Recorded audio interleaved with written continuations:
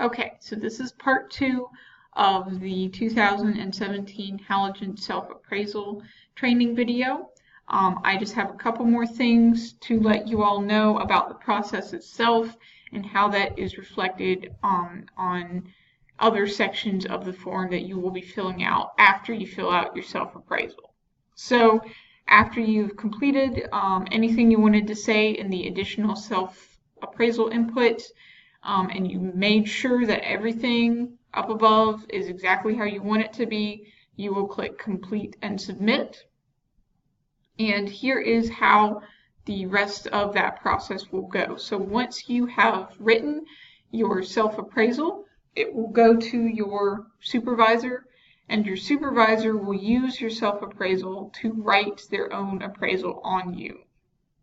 And then once that appraisal is done, it will be approved by your supervisor's supervisor, and once it's approved, you will be having a meeting with your supervisor to go over that form and to sign off on it. So your other major part is to meet with your supervisor and sign off on the appraisal form that they write for you. So to give you a little bit of an example, if you are sitting down with your supervisor, they will bring up the appraisal form that they wrote on you. They will bring that up on their computer, and you'll go through all of it. You'll review what they wrote, and then there will be a button up here for them that says Access Employee Sign Off. So they're going to click that, and right after they click that, but before you sign off, you will scroll down and you will use this section that says Employees' Comments upon receipt of manager written appraisal.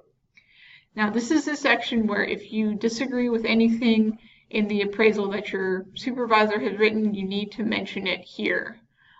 If you don't disagree with anything, you don't have to say anything. You can add whatever comments you want to right here, but again, I just want to emphasize this is the best area for you to highlight if you have any disagreements. After that, you will type in your password, and that will let you electronically sign off of your appraisal. Now, I'm going to show you this disclaimer at the very bottom because it's very important. This disclaimer means that you need to sign off on your appraisal whether or not you agree with it 100%. Signing off does not mean I agree 100%. It means I have seen this and reviewed it with my supervisor. Again, that is why this section is important if you have any disagreements about what is written up there. If you have any further questions about that sort of area, please do call the personnel office and we'll see what we need to help you with. But in general, it should be fine for you to go ahead and write whatever comments you want and then sign off. But again, signing off is important. That ends the process, and it also gives us access to your scores so that we can put you on whatever PFP eligibility list you might have. And so going back up here for just a moment, with this interpretation of overall rating, where you fall on this spectrum will determine what percentage PFP, which is pay for performance, that you are eligible to get this year. Now, we do not currently, as of August 24th, have what percentages we're going to be able to give to folks, but if you are rated an effective or above, a 2.5 to 5.0, you will be eligible for whatever pay for performance percentages we end up having. So I will be sending out a notification as soon as we know what those percentages are. So just keep an eye out for those. And so that is the rest of the form. We're going to go over again to SharePoint so I can show you really quick an area that has some halogen tips and some documents if you need to look at those to further help you with writing your self-appraisal. So hold on one moment. Okay, so once again, we are on the first page of SharePoint, and now we're going to go to the directory area. Click on that, and then you will see Halogen within the list of committees and groups. So we're going to click that, and you see that we have a Halogen page on SharePoint, and it just lets you know details of the process. It lets you know my direct contact information, and then also the personnel office's general contact information. So please use either one of those. If you use either one of those communication channels, I will get to your requests for help, and it will be dealt with promptly, especially during the appraisal process itself. So we also have another direct link to the Halogen login screen, in case this is easy for you to get to. We also have a video that explains the Halogen ratings by one of the women who helped us implement the Halogen system. I have heard good things, and I have heard people say that this confuses them more. So whatever you think will help you decide what ratings you need, please use that if you want to.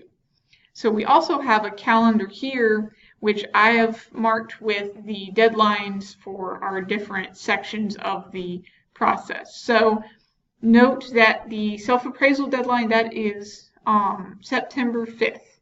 So I'm going to send out a reminder next week.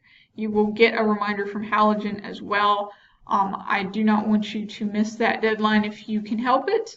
If you have an emergency that comes up and you have not completed your self-appraisal because you've had to be out for a good chunk of time during the self-appraisal timeline, please let me know as soon as you know that you're going to have to miss a lot of that, and we will work with you for an extension. But it does have to be an extended absence, and it does have to be a necessary extended absence. So please just remember that.